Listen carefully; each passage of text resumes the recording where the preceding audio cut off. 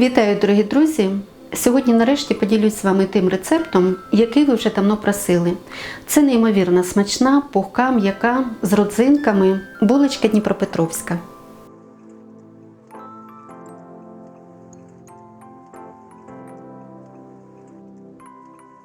Перед вами все те продукты, которые понадобятся, а точное их количество, как всегда, укажу в рецепте. Найдете его под видео в описании. Еще надо будет яйцо для смазывания булочек и изюм, но это немного позже. В миску для замеса выливаю теплую воду, ее температура 30-35 градусов. Добавляю дрожжи, немного перемешиваю. Прессованные дрожжи можете заменить сухими, но берите активные, они быстродействующие. На них тоже можно поставить опару, они выдерживают длительное выбраживание, обминки. А взять их надо в 2,5 раза меньше, чем прессованных. Это 8 грамм. И высыпаю муку. Из общего количества беру столько же, сколько и воды, 1 к 1. Вот теперь все это хорошо перемешиваю до однородности, чтобы не оставались комочки муки. Замешивается без добавления сахара, потому что у нее длительное выбраживание. Не надо его ускорять. Помесите, развейте клейковину, дрожжевое тесто это любит. Получается густая опара, консистенцией очень похожа на тесто для оладий. Она уже однородная, лопаткой поднимаю, немного тянется и легко обрывается. Посмотрим, какая она будет после брожения. Накрываю пленкой и при комнатной температуре оставляю на час.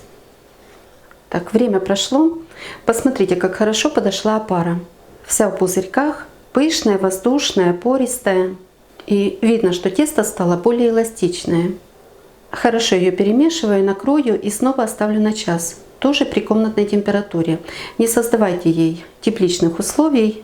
Не ускоряйте процесс. Благодаря длительному выбраживанию булочка получается более вкусная. Снова прошел 1 час. Опара хорошо поднялась, выбродилась. Можно замешивать тесто. Следите, чтобы опара за это время не осела. Если на пузырьках уже оседает, значит дрожжи начинают терять свою силу. Высыпаю сахар, сюда же и ванильный, соль, сливочное масло буду добавлять позже. И немного перемешиваю до соединения этих продуктов с опарой.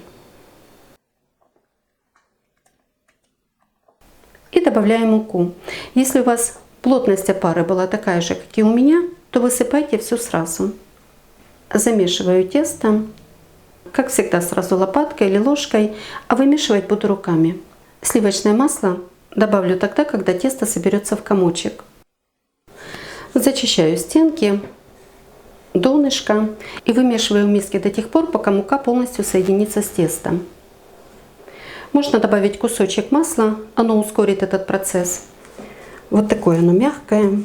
А остальное добавлю при вымешивании на столе. Если на данном этапе у вас тесто получается очень плотное, то добавьте 1 столовую ложку воды. Максимум 2, учитывая то, что его еще размягчит сливочное масло. Тесто еще не вымесилось, местами остается влажным. Также есть плотные комочки. Поэтому смазываю коврик сливочным маслом. Это из того, которое я должна вместить в тесто. И понемногу добавляю. Как только это масло полностью соединится с тестом, добавлю следующее. Не спешите, пусть оно хорошо вымешивается. Помесить его надо, как обычное дрожжевое, около 10 минут. До однородности и гладкости. В итоге тесто должно получиться мягким. Если есть машина, замешивайте машиной. Это очень удобно и намного быстрее. Еще оно не полностью вымесилось. Вот такое получается мягкое, текучее. Продолжаю вымешивать до однородности. Если при замесе ваше тесто не собирается в комочек, не становится более эластичным, упругим, а наоборот, рыхлое, легко разрывается, просит все больше и больше муки, получается липким, значит ваша мука с низкой клейковиной. Хотя на пакете может и указан белок 10,3, но качество ее бывает разное. Оставьте ее для бисквита или песочного теста, а для дрожжевого поменяйте. Купите от другого производителя, может быть даже подороже. чтобы тесто у вас получилось хорошее. Все, тесто полностью готово. Миску смазываю маслом, тесто сверху тоже. Накрываю и оставляю для подъема снова на час. Время прошло. Надо тесту сделать обминку. Коврик слегка смазываю растительным маслом, чтобы тесто можно было на нем растянуть, чтобы оно не прилипло. Посмотрите, какое оно красивое, мелкопористое, пышное. Растягиваю пласт толщину где-то 1 сантиметр. И вот теперь понадобится изюм. Предварительно его помойте, просушите и добавляйте в тесто. Распределяю равномерно по всему пласту, скручиваю в рулет неплотно. Потом вот такую вот ракушку и перемешиваю. Не сильно придавливая, чтобы не разрывать тесто. Вот такое оно получается гладкое. Смазываю слегка растительным маслом. Возвращаю в миску, накрываю и снова оставляю на 1 час. Все так же при комнатной температуре, не создавая ему тепличных условий. Тесто снова хорошо подошло, еще лучше, чем до обминки. Переворачиваю гладкой стороной вверх и делю на 2 равные части. И вот теперь, не обминая тесто, аккуратно его подкатываю, слегка округляю. Следите, чтобы верх теста не рвался, чтобы оно оставалось гладким. Это предварительная формовка. Накрываю и оставляю примерно на 5 минут. Через 5 минут я их снова округляю, аккуратно, не сильно натягивая верхнее тесто, опять же для того, чтобы оно не рвалось. Формирую колобочки и перекладываю на листик. А пара теста и булочки подходит все время при комнатной температуре. Но так как она у всех разная, то и время подъема тоже может быть разным. У меня в квартире тепло, 24 градуса, а на кухне еще теплее. Поэтому лучше смотрите по тесту. Снова накрываю и оставляю на 40 минут. Булочки подходили 40 минут. Смазываю их яйцом. Предварительно хорошо перемешайте, чтобы желток и белок хорошо соединились. Но если хотите, чтобы оно у вас после смазки не оставалось, то половинку его можете добавить в тесто. Или же просто отделите желток, а белок оставьте для другого рецепта. Его можно заморозить или несколько дней держать в холодильнике. Желток разведите, добавьте 2 или 3 чайные ложки воды, хорошо перемешайте и смазывайте булочки. Я так и сделала, поэтому смазываю не яйцом, а разведенным желтком. Пока желток не засох, делаю 2 параллельных надреза, не глубокие. И в это время включаю духовку на разогрев, температура 175 градусов. За 10 минут она нагреется, булочки еще немного подойдут, желток подсохнет и буду выпекать. Булочки испеклись, выпекались они 30 минут при температуре 175 градусов, средний уровень духовки, подогрев вверх-вниз без конвекции.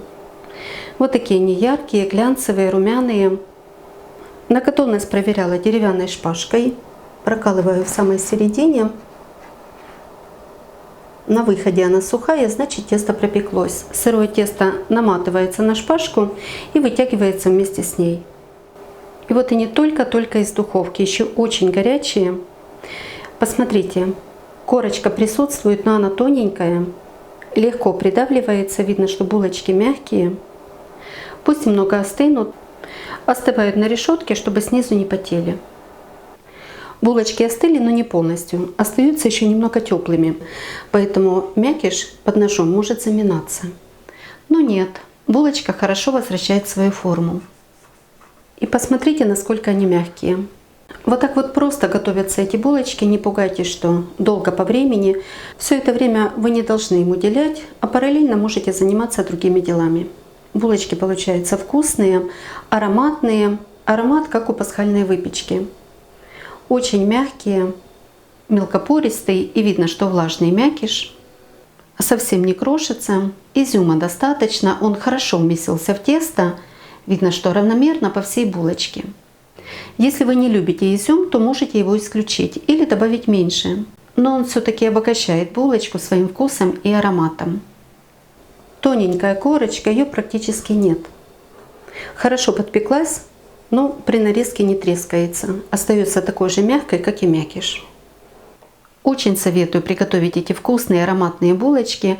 Вы ничуть не пожалеете о потраченном времени, а наоборот захотите их приготовить снова и снова.